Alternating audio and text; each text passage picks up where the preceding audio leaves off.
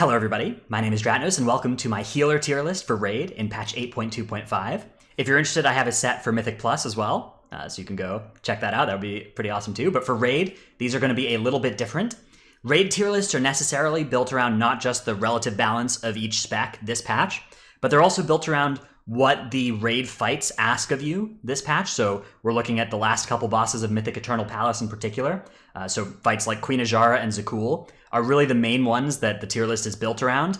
Because anything earlier than that, especially like the first 4 bosses in Mythic, anything on heroic difficulty or lower, and even really Queen's Court and Orgazoa, you can do with any healer. Any healer will be fine for those. Any tank will be fine for those, and most DPS comps are also going to be fine for those. But as you start getting to the last 2 bosses of the tier, there start to be pretty strict requirements on what you can do. Healers' throughputs are tested, and specific abilities that are in their kits go way up in value, and the absence of those will be something you'll really feel. So that's what this tier list is really trying to capture, trying to explain the state of the game that way. Let's start off down in the F tier. In the F tier, there are no healer specs. However, we do have one specific person in the F tier. Here is ZQS of Tichondrius. This is my Guildmaster's Mistweaver alt, and this one character is going to be the sole inhabitant of our F tier. In the D tier, we have Holy Priest. Holy Priest is a spec that is pretty good at throughput. They do pretty big numbers in terms of healing, which is nice. They're very good on fights where there's a lot of rot damage, so everybody is kind of slowly going down in life. Holy Priest can do a really good job of healing everybody a lot in those circumstances. Unfortunately, that's not really what this tier is about. The last 2 fights in this tier are not fights where everybody's rotting down. They're fights where there are huge bursts of damage that will check to see if everybody dies, and then if they don't die, they're going to be fine for the next couple seconds. And that's really something that Holy Priest doesn't bring a lot of tools to help mitigate. They don't have any damage reduction. They also don't do passive damage to the boss. If a Holy Priest is doing damage to a boss, they are not healing.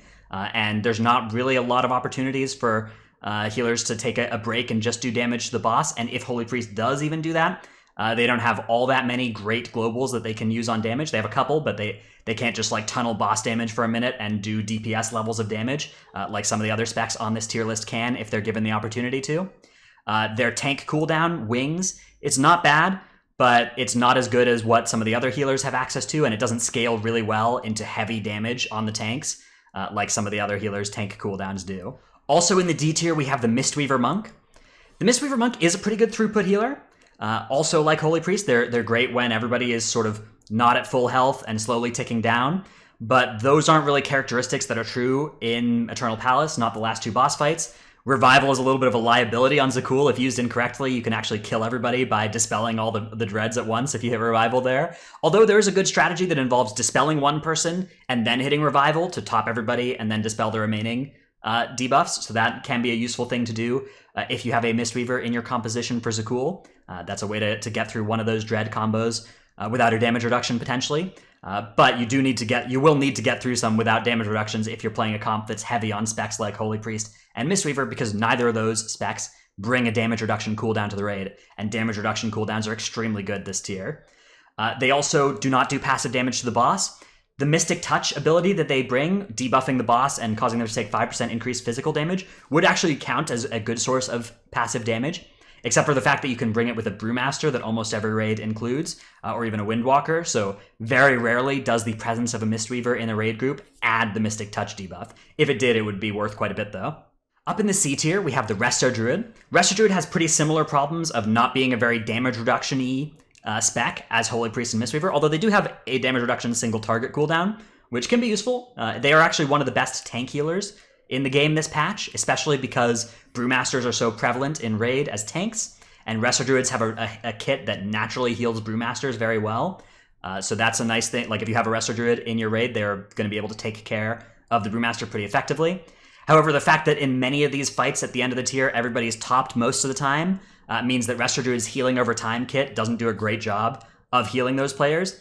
And in fights like Azshara, where everybody has like reduced maximum health, that's really not something that is good news for the Resto Druids in the group. They're not particular, like they'd rather have everybody have a nice big health pool that goes down and then they can heal back up slowly with HOTS. That would be a much better profile of damage for Resto Druid healing. Up in the B tier, we have the Resto Shaman.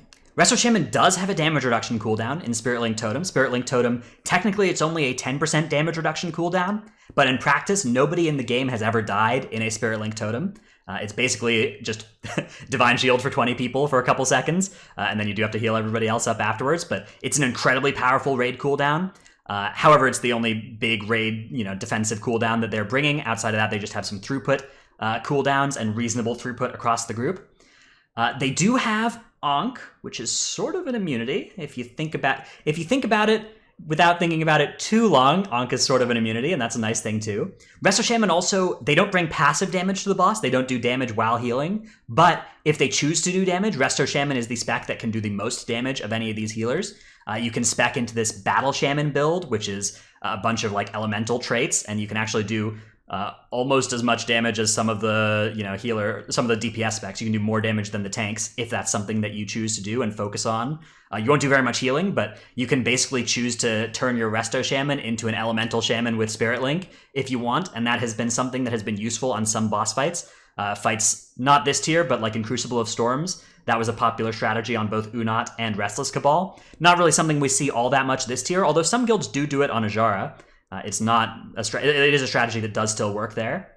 Due to the way that Resto Shaman's mastery works, they're also pretty unhappy with the Azshara fight mechanic of everybody having reduced maximum health. It is nice to have a Shaman in your raid for Zaqul, though, especially if you don't have a DPS Shaman. The Resto Shaman there for the Tremor Totem is actually a really nice thing to have access to on Zaqul to break everybody out of the dreads whenever you want. So that is a nice thing that they have going for them as well. There are no specs in my A tier here. A tier is where I put specs that I think are great but not irreplaceable, and the two remaining specs that I have on this tier list I think are both pretty irreplaceable this tier. Let's start off with Discipline Priest. Discipline Priest brings passive damage. They just, by doing their healing rotation, they're going to do damage to the boss, which is nice. That's really good for beating DPS checks, which were present on pretty much every end boss fight ever, since like Classic and stuff. They also bring damage reduction cooldowns, right? Barrier is a damage reduction cooldown, which is a really useful quality against the one-shotty burst damage that's present, especially on like Zaqul.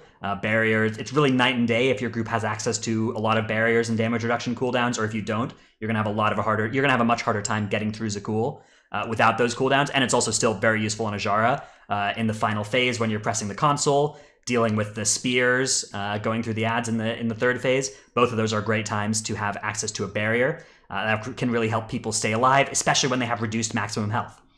Another thing that's great when people have less maximum health is putting an Absorb Shield on top of them, right? That effectively increases their maximum health again and makes them more resilient to getting one shot. And Discipline Priest can do that. So the person who's being targeted by Charge Spear on Azshara, for instance, if that person just always gets a Power Word Shield, they're a lot less likely to die to the combo of the spear passing through them and then the spear exploding a second and a half later. So Discipline Priest, extremely good for that. On top of that, they have some nice utility coming in on the last couple fights this tier. Mass Dispel, situationally useful on Zaqul. You may use it to pop the fears that are going out on that fight, although it's better to use Tremor Totem generally. And it's also situationally useful on Azshara. You can use Mass Dispel to dispel the arcane bursts off of people outside of line of sight. It's a pretty hefty mana investment for a Discipline Priest to do this, but they can do it, and it's nice to have access to it if your normal plan falls apart, or you can even use that as part of your normal plan in a pinch, which is a cool thing that they can do. Life Grip is another nice piece of utility it's brought by Holy Priest and Discipline Priest, so that is a piece of utility that I didn't note when I was talking about Holy Priest, but they do have.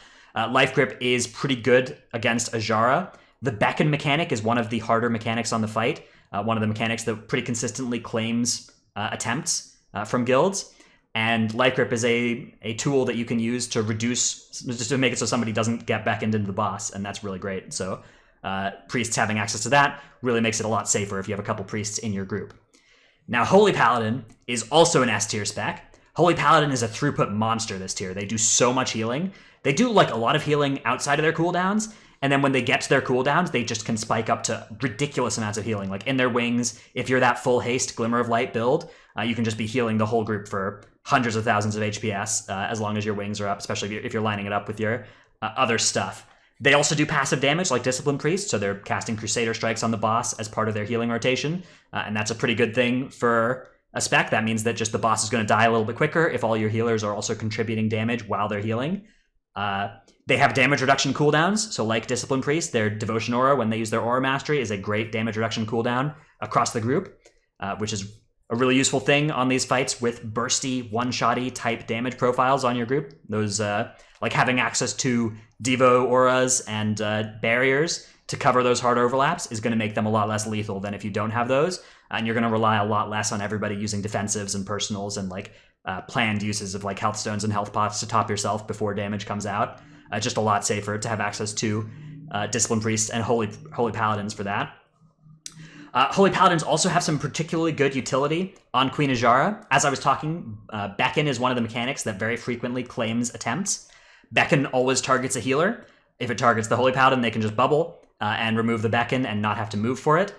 Beckon also targets people who aren't healers, and Holy Paladins can throw a Blessing of Protection on that person, and that also turns off the Beckon that time. So that adds a lot of safety. There are some groups that use a strategy of particular specific beckons they're planning to get and just not do anything to except bop 2 targets on.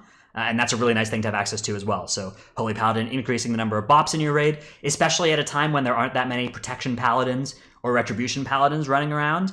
You can get those bops from your Holy Paladins, and that's a really useful thing that they are bringing to the raid. Hope you've enjoyed this tier list video. Let me know if you think there's anything wrong about it. Of course, things could change even if there weren't class balance changes coming in the next patch, which there are. Things could change just as there are new fights that have different damage profiles. It's very easy to imagine some of these D tier specs being very valuable and some of these S tier specs no longer being indispensable like they are this tier. But due to the state of the game in the end boss fights that we have right now, this is the tier list that I feel is the most accurate representation of those high-end fights. Again, you can get away with anything outside of those last 2 mythic boss fights.